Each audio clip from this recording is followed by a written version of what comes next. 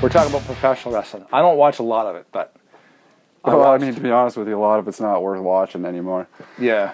All Elite Wrestling, AEW, on Wednesdays is kind of where it's at right now. I mean, if you're a fan of the WWE, I mean, you're embarrassed right now, man. It hasn't been worth watching. SmackDown's okay on Fridays. Raw. Are they slipping? Well, okay, creatively, back in the we don't have. I mean, back in the day, like crazy stories and crazy characters and out of this world Jerry Springer type style stuff. Mm-hmm. And it's almost riding that line where it's too PC, you know. Oh, really? Everyone's afraid about offending everyone, and it's of all industries, why them? They shouldn't care less. Their entire industry is based on, I mean, much like a lot of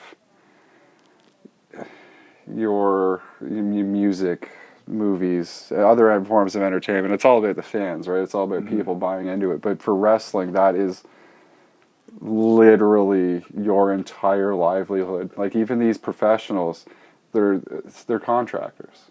Yeah. So they don't get health benefits. They don't get pensions. They don't get... Yeah. They have to sell their own merch. When you see them wearing their own, their outfits and their gear, like, they are, even at the professional level, they're paying for that out of their own pocket. Really? I get on the Instagram page and buy that stuff. So, like, fan much support. Like support your favorite... who's that? Stone This? Yeah, Stone Sour. Yeah. Stone Sour. Seen them a couple times live. Amazing. Support your stuff, man. Yeah. If you like it, buy it. Yeah, absolutely. And let me tell you, music stuff. In the car, I got a CD player. I'm always switching because it sounds so much better anyway. 100%. When you have a physical thing. Like, Spotify is wicked because you can get on everything. But you've also taken this song and just smushed it into next to nothing. And that's what you hear. We're like, if you had this whole frame and there's all your information, let's just make it a bit smaller and slam her down to this. Yeah. You can get all that on an iPod, but it doesn't sound anywhere as near as either vinyl or a CD. They sound great. But anyway, back to the music thing as far as the wrestling thing goes. The theme songs, I remember like watching the WWF. Those were the days, man. Those were the days. Like, we got McFoley and Undertaker and Kane and The Rock and Austin and all those guys. I have a fucking Sacco handmade. Signed? Well, that he didn't sign. Okay. He signed a bunch of the wife stuff, but he actually handmade us a Sacco. That fucking sock he used to pull out of his pants.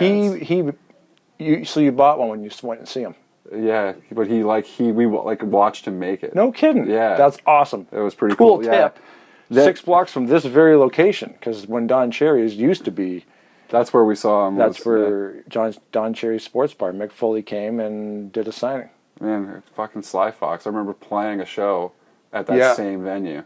Yeah, because that burned to the ground. Yeah. And they rebuilt it, and it was the Howard Johnson Hotel, Don Cherry's Sports Bar, which is now gone again. I don't know what's there now. But yeah, man, I'll tell you, he was the nicest guy.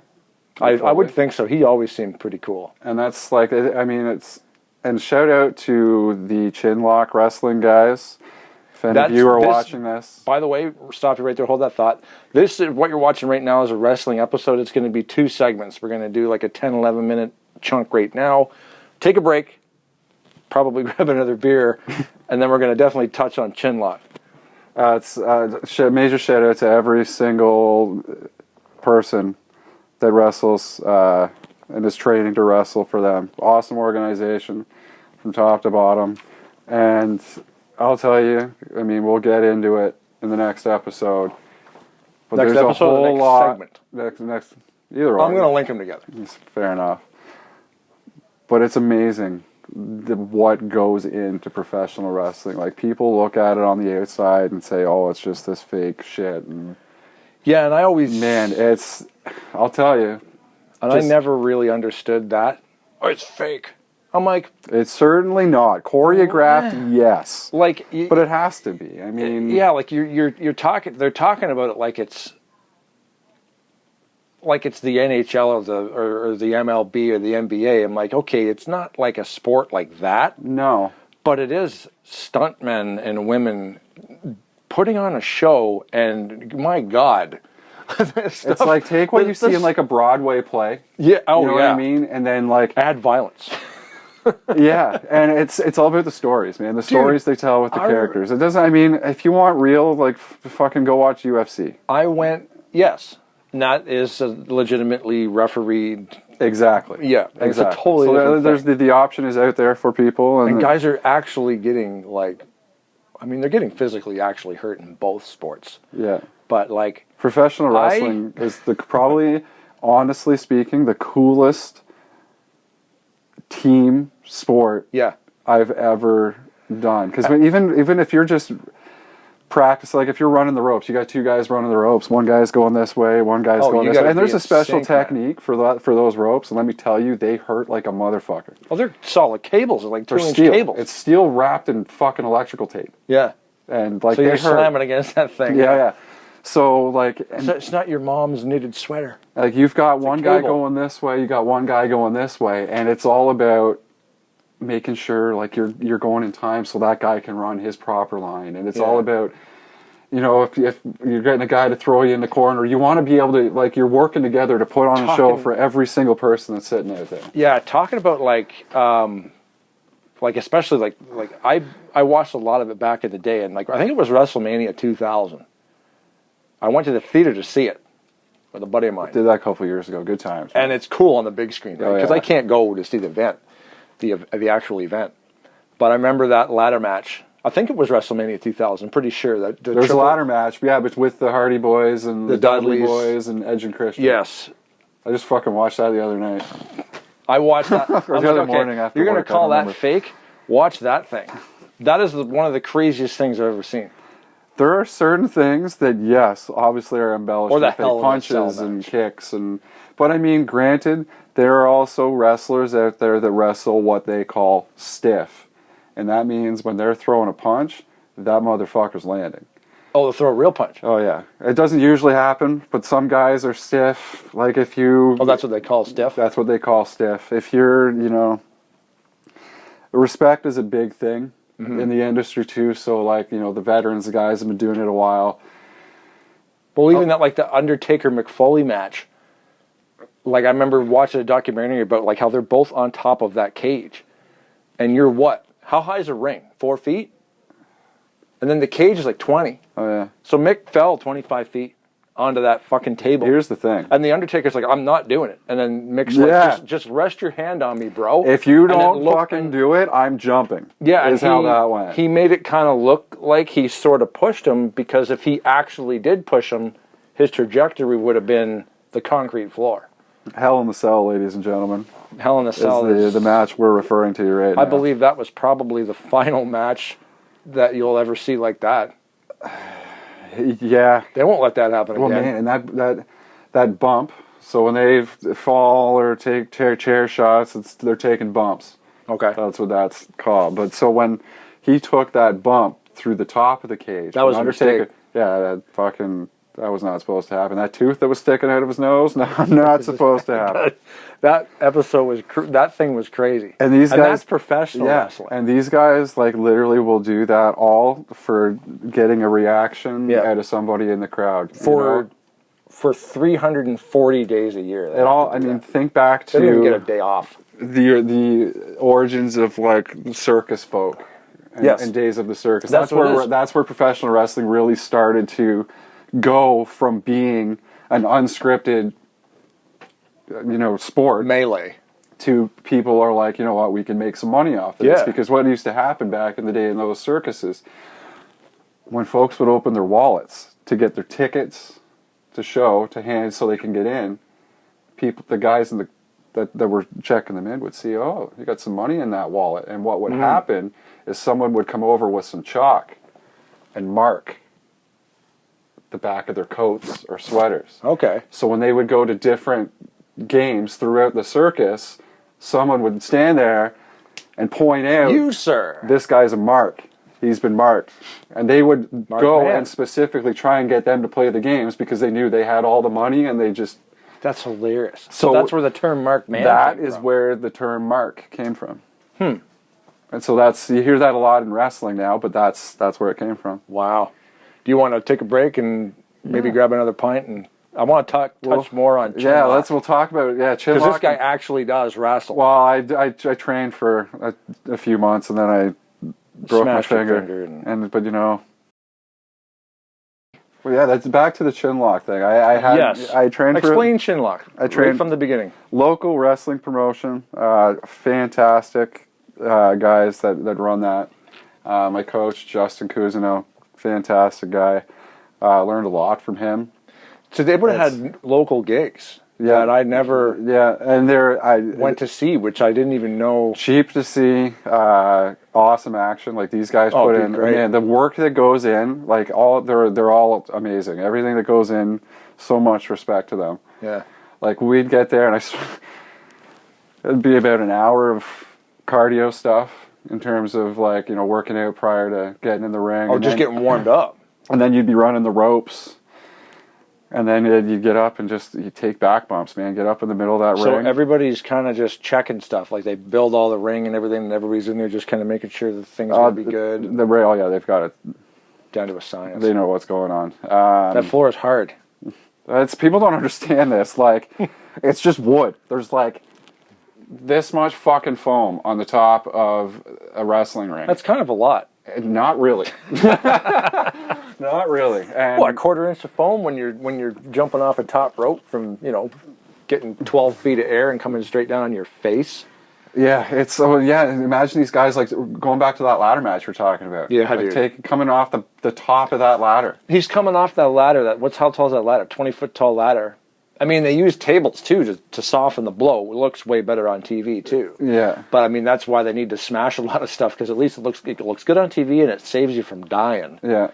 And you got to rely on those guys catching you. Yeah. When you're falling, because it is like a dance. And it's fascinating too, because they have bookers, like wrestling promotions such as, you know, Chinlock Wrestling. Okay. WWE. Kingston, Ontario, Canada, by the way, if you're wondering. They'll have, you know, bookers that'll put these matches together, and this person versus this person, here's your outcome. And yeah, like there is a lot, and a lot of those decisions are based on which wrestlers, which characters are what they call over.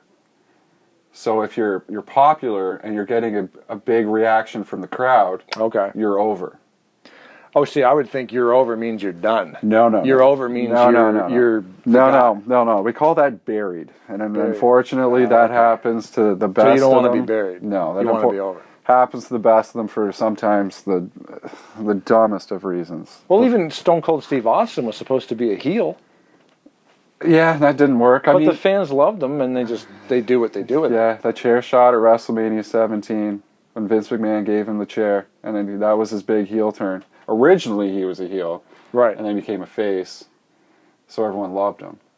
And face is a good thing. Yes, face is a good thing. And then at WrestleMania 17, Austin takes this chair that Vince McMahon gives him to The Rock.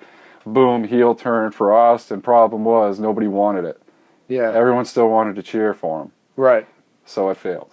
Right. So you gotta like. Yeah, it doesn't matter what he did. He was always going to be a fan favorite. It's always changing. Even though it's, you know, weekly, it's episodic. Things are always changing. They've got to adapt based on, you know, a lot of factors. It's not like a normal TV show where like this is how it's written. These are your 12 episodes. Take it or leave it. Right. Like, so in Chinlock, being a localized little wrestling training facility, they put on local shows and stuff. Facility. I've always had trouble with that word. It doesn't help that I've had a beer or two. Well, they're getting big, man. They're putting on shows at the K-Rock Center. Are they great? Good. Because I got to get in there and watch some of this stuff. It's awesome. So do they work on storylines too? Yeah. Because you have characters, right? Oh, absolutely. What were your, like, I know you probably don't have a finalized... I hadn't been there long enough to really get mine done. Right after I stepped away, it's when a lot of the other students that were with me, they started developing their characters and getting... So, and I'm guessing you probably have a lot of garbage characters before you finally actually find something that's good. Oh, yeah. You gotta try out a lot of things. Like poor Rhodes with Gold Dust and all that kind of... I mean, he made Gold Dust awesome. Man, how about his dad? Man, back in the day, 89, that whole family 90, seemed to get shafted. Well, it's because they were a direct competition of Vince McMahon. Oh, was the Rhodes part of WCW? They were in like NWA World Class Championship Wrestling, which later then became WCW. Oh, okay. So he like Dusty was like a booker and a promoter. Like he basically worked against. So back in the day, they start giving him shitty characters. Dusty gets brought in with fucking polka dot trunks. Back in the day, he used to wear like black and yellow polka dot fucking trunks, and he had this manager that dressed like anyway. But he did it. But he made it work. Episode. He made it work. That's the thing. You always legend, end up loving the guy. Yeah, God rest his soul. Yeah, he was a legend. He could make anything work. Like, yeah. But same with Dustin. Yeah, who was Gold Dust. They gave him this stupid shit gimmick, and he made it work for years. Gold Dust was so funny with the. Was it Tourette's?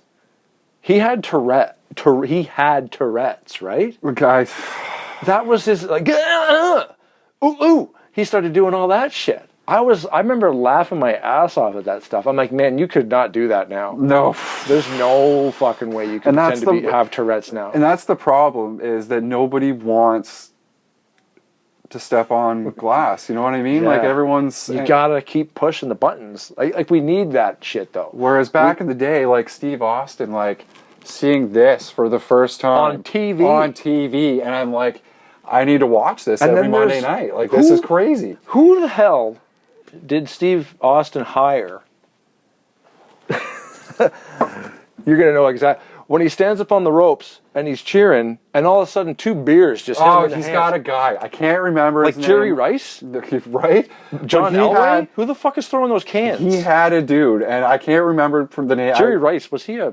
football player. He was a wide receiver. Was he a quarterback? I think he was a receiver. Oh, I meant to say Joe Montana because that would have worked. Yep. But he had Joe Montana in like the third row, just fucking pitching cans. Yeah, and I'll tell you, because he'd stand up and do like I just won, and a can would end up in his hand. If we could go back in time and I could get that job, I'd be the dude that throws Steve Austin his beer. Nailed absolutely every time. Yeah. He might have had to move his hand 2 inches to catch that can, and then smash a hole in it and just dump it. The thing is, guys like Stone Cold and The Rock, they were bigger than the company. Like they were huge. They were huge. The problem nowadays is that Vince McMahon won't let any superstar get bigger than the name WWE, and because of that, you're unlikely to see another Stone Cold Steve Austin or The Rock. Like there isn't. So back in the day, on a Monday night, they'd get 6, 7, sometimes. I think records around 8 million views. 8 million on a Monday. Now, they can't even get 2 on a Monday. What network are they on? USA Network, and here, Sportsnet 360. Okay, so they just. It's pretty much what. But that's like a third tier Sportsnet sports channel. Yeah, AEW All Elite Wrestling would be on Wednesday nights on TSN. Only on TSN? Yeah, they start on TNT. Well, they are in the States. They're actually moving to TBS. No, Chinlock and the 8 will get. I'm calling this right now today. What day is today's May? Is today seriously? No, today's the 23rd, right? Where were you looking? I don't know. I was looking at the number on the TV. Oh, that's nothing. That's just counting. But mark my words. May 2-3.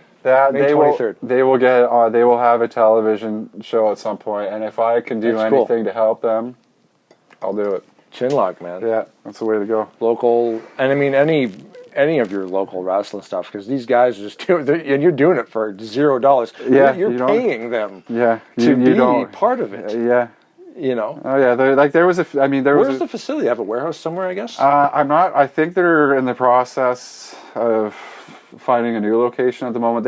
We had one in Napanee that was fantastic, but I believe it's sold. I could be wrong, so I apologize if I totally fucked that up. Please correct in the comment section down below. I think that they're definitely still in business. Oh, yeah, absolutely. And I worry about pandemic stuff because a lot of stuff went out of business for pandemic reasons. But something like that, I think, would always be around, especially because, like you say, with live events, and which is everything: sports, concerts, wrestling. Concerts. That's like a sport and a concert all at the same time. Well, exactly. It's like if you just. And we never talked about the music, but yeah. Well, we've still got a couple minutes. Yeah, I guess so. But it's a show, man. You guys got to get over the fact that it's choreographed and forget all that shit. Just get into the characters and the stories and what they're trying to do. Because when their back lands on that wrestling mat, their back fucking lands on that wrestling mat. You can't fake that. No. And I was watching the match where Diamond Dallas Page broke his neck, and I knew when I saw it, I'm like, that's wrong. Something doesn't look right. When you see a guy get hurt, you're like, you watch these guys getting hurt, all the guys and girls getting hurt all the time. Yeah. And wasn't it that? That's Diamond Dallas's. But when you see somebody, when you're watching wrestling, when they do that, when you see that means from the ref. That means bad news bears. Get the board. We need some help. We need to get these guys looked after. And honestly, shit like that can happen like that. Well, when he went off the top rope, I think it was like a backwards suplex or something. He came down way too steep, and he landed right on that part where it should have been the shoulder blades. Yeah. And I watch enough wrestling to know, like, you got to know how to fall. And I'm like, man, he fell wrong. Yeah. And I don't think he ever wrestled again after that. It's weird. He's been back. He's come back for not a lot. It definitely he hasn't a low impact. That's the thing. A lot of when Steve Austin, when he broke his neck at the '97 SummerSlam, Owen Hart pile driver. He never wrestled the same after that. He wrestled. He was a technical. He pile driving, but his head was too low. Oh, his neck was 6 inches under Owen's ass when he hit that mat. It was bad. But yikes. All the credit in the world. I since I was a young kid, I've been a fan. I can't really stand much of what's going on TV right now, but I mean, mad respect to any professional wrestler out there doing it. The work involved, man. Mm-hmm. Not just in the ring, but preparing yourself, the travel, and it's all out of their pocket. Yeah, 100%. That's our wrestling episode. Fucking A, buddy. If you watched it, appreciate it.